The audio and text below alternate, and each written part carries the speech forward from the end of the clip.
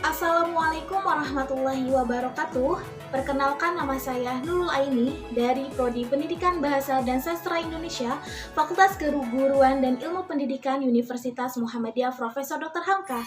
Dengan dibuatnya video ini merupakan hasil belajar mata kuliah pengembangan materi ajar bahasa Indonesia dengan dosen pengampu Dr. Irwan Ba'adillah MPD. Pada video kali ini saya akan memaparkan mengenai tugas analisis pengembangan materi ajar terhadap mata pelajaran Bahasa Indonesia dengan kompetensi dasar 3.9/4.9 kelas 8 SMP. Selamat menyaksikan. KI 3.9 mengidentifikasi informasi teks diskusi berupa pendapat pro dan kontra dari permasalahan aktual yang dibaca dan didengar. Kemudian IPK 39.1 menjelaskan teks diskusi berupa pendapat pro dan kontra dari permasalahan aktual yang dibaca dan didengar. Kemudian 3.9 menentukan informasi teks diskusi berupa pendapat pro dan kontra dari permasalahan aktual yang dibaca dan didengar. Kemudian IPK 3.93 mengidentifikasi informasi teks diskusi berupa pendapat pro dan kontra dari permasalahan aktual yang dibaca dan didengar. KI 4.9 menyimpulkan isi, gagasan, pendapat, argumen yang mendukung dan yang kontra serta permasalahan aktual dalam teks diskusi yang didengar dan dibaca. IPK 49.1 menentukan isi, gagasan, pendapat, argumen yang mendukung dan yang kontra serta solusi atas permasalahan aktual dalam teks diskusi yang dibaca dan didengar.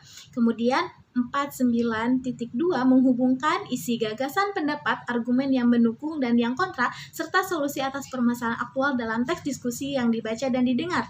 Kemudian 4.93 menyimpulkan isi, gagasan, pendapat, argumen yang mendukung dan yang kontra serta solusi atas permasalahan aktual dalam teks diskusi yang dibaca dan didengar. Materi pokok atau bahan ajar yang pertama ada fakta, terdiri dari teks diskusi judul 1, 2, 3 pajak, gaya hidup hijau, penggunaan gawai oleh anak, paket bahasa Indonesia atau sumber lainnya. Selanjutnya ada konsep.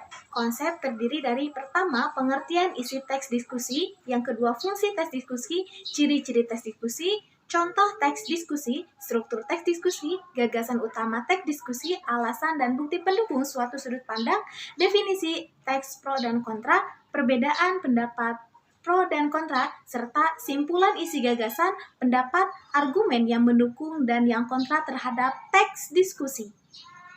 Kemudian ada prosedur, terdiri dari pertama, menentukan topik, masalah atau isu, yang kedua, menentukan tujuan atau memberi penjelasan tentang pro dan kontra, yang ketiga, mencari informasi atau data tentang isu yang dipilih, yang keempat, menyusun kerangka teks atau karangan, yang kelima, mengembangkan karangan menjadi teks diskusi, yang keenam, merevisi atau menyunting teks diskusi.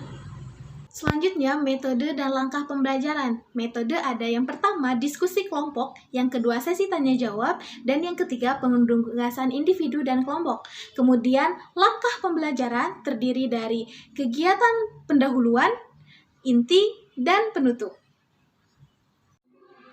Nah, di sini ada kegiatan pendahuluan. Pertama itu, peserta didik mengucapkan salam dan doa di awal pembelajaran. Yang kedua, guru memotivasi peserta didik untuk semangat belajar dan bertanya tentang materi yang akan dibahas. Yang ketiga, guru menyampaikan kompetensi yang akan dicapai, yaitu pemahaman peserta didik mengenai teks diskusi. Yang keempat, guru menyampaikan garis besar cakupan materi dan kegiatan yang akan dilakukan. Yang kelima, guru menyampaikan lingkup penilaian pengetahuan. Yang keenam, guru membentuk kelompok siswa dengan siswa yang pandai menjadi ketua kelompok dan siswa lain menjadi anggota. Selanjutnya ada kegiatan inti. Pertama, guru akan menjelaskan materi mengenai teks diskusi menggunakan bahan ajar yang telah dibuat, yaitu berupa handout, video, dan PPT. Yang kedua, peserta didik diminta untuk bertanya mengenai materi teks diskusi yang telah dijelaskan oleh guru. Yang ketiga, peserta didik paham mengenai materi teks diskusi, peserta didik akan dibentuk kelompok. Selanjutnya, peserta didik bersama kelompoknya untuk menentukan struktur teks diskusi dan menentukan simpulan isi, gagasan, pendapat, serta argumen yang pro dan yang argumen kontra pada teks diskusi. Selanjutnya, setelah itu peserta didik bersama kelompoknya mempresentasikan hasil dari diskusi mengenai struktur teks diskusi dan menentukan simpulan isi, gagasan, pendapat, serta argumen yang pro dan argumen yang kontra pada teks diskusi di depan kelas. Selanjutnya, peserta didik yang kelompoknya belum mendapatkan giliran untuk mempresentasikan hasil diskusinya, maka diminta untuk memperhatikan dan menanggapi hasil diskusi kelompok yang sedang presentasi. Selanjutnya ada kegiatan penutup. Guru membimbing peserta didik menyimpulkan materi pembelajaran, kemudian bersama guru peserta didik mengidentifikasi hambatan-hambatan yang dialami saat memahami fungsi teks eksposisi. Kemudian peserta didik dan guru melakukan refleksi terhadap kegiatan pembelajaran yang telah dilakukan. Kemudian, guru menyampaikan kegiatan pembelajaran yang akan dilakukan pada pertemuan berikutnya. Selanjutnya, peserta didik dan guru bersama-sama mengakhiri pembelajaran dengan berdoa bersama. Selanjutnya ada penilaian. Penilaian pengetahuan. Yang pertama terdiri dari tes lisan, tes tulis, dan penugasan individu atau kelompok.